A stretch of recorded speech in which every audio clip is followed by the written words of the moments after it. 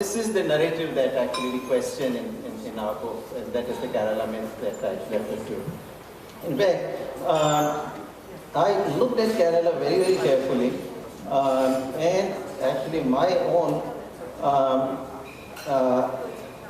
assessment is that certainly if you look at poverty, it's not because Kerala has done a better redistribution.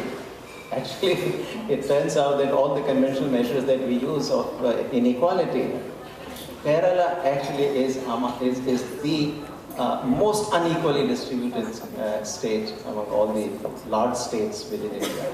So, this so-called Gini coefficient that we use to measure shows the highest inequality actually in Kerala, and has been that way for a long time. In fact, the reason Kerala has low incidence of poverty is because its per capita income is actually quite high. And, contrary to the kind of impression that you have on the part of many, it is a high per capita income state. And once what happens is per capita income itself doesn't include the remittances.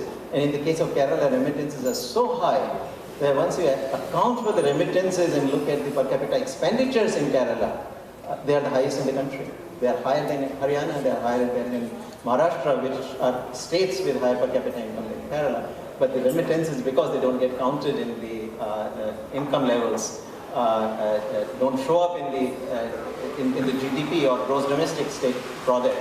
But in the expenditures, they do show up, and expenditure-wise, Kerala does turn out to be the highest expenditure state. So really, it's not the some magical redistribution of income that Kerala governments have done over the years, but it is simply higher levels of income which have helped combat the poverty. So that's my number one point. Now, also on the issue of the literacy and health, why is it that Kerala has done so much better than the other states?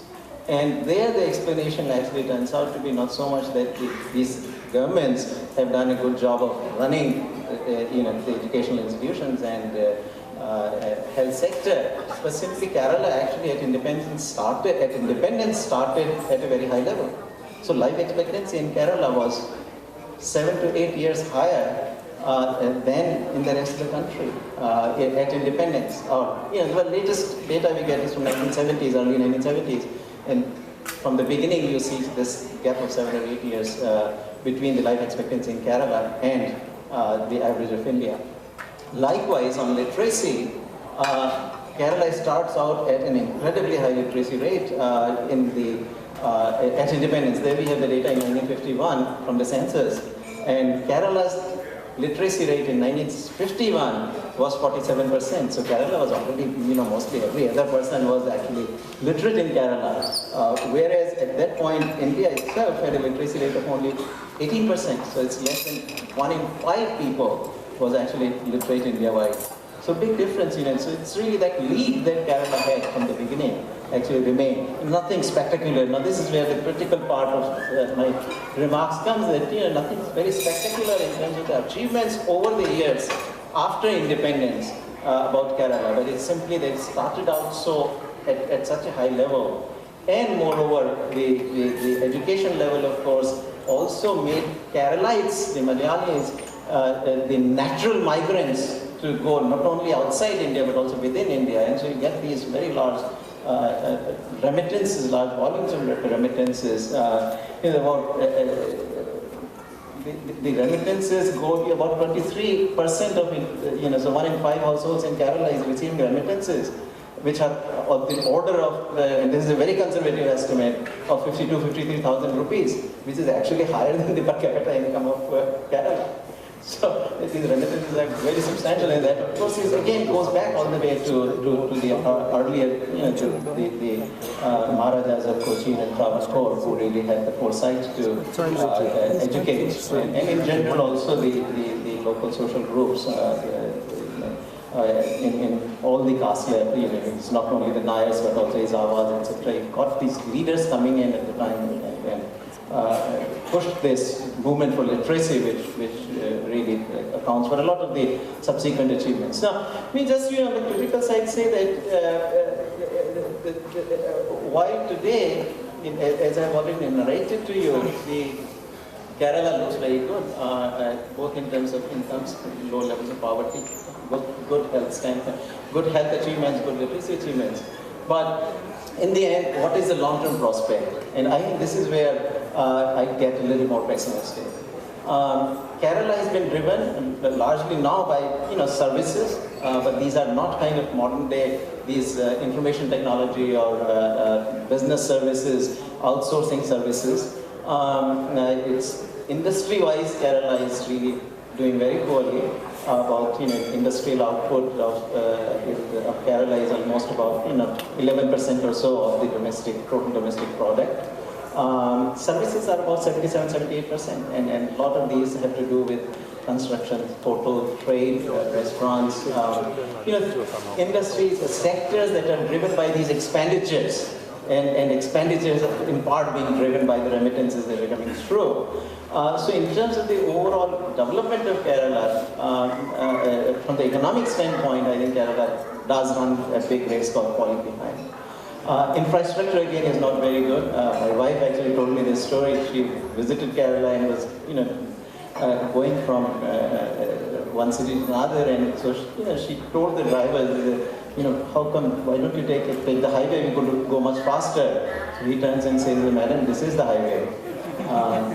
And so, the roads, infrastructure, etc., that needs to be built. Even on health today, education, etc., Kerala relies more on the private sector. Again, the narrative may be that the public sector, but about, Kerala spends on health today about 8% of the total domestic product, of which only less than 1% comes from the state. Kerala has the highest proportion of the students going to private schools, even in rural areas, in the entire country actually, is the state with the highest. So it's the private guys doing their job, which is what makes Kerala look better, not what the government is doing.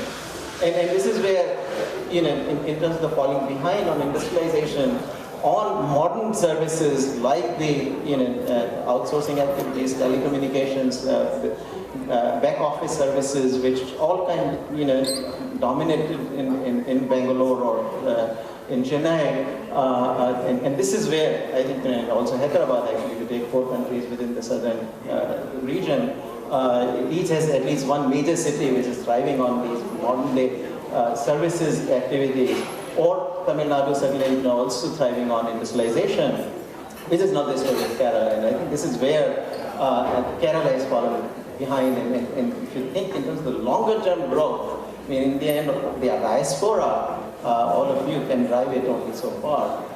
In the end, actually, it is the policies of the state. And this is where, Gujarat, I see, I've also studied some of the other states, Andhra, Gujarat, I see them as, doing a lot better, purely because the leadership domestically has actually invested in activities that in the longer term are going to actually be approved. So that is my rough kind of sketch of Kerala, very, very broad and perhaps impacted by my own opinions and views on economic theory. But let me just thank you again for inviting me. It has been a big honor. Sridhar is the reason I'm actually here in New York. And so when he called me that do this, of course we all Sridhar is someone we cannot say no to ever. So thanks again, Sridhar. Thank you.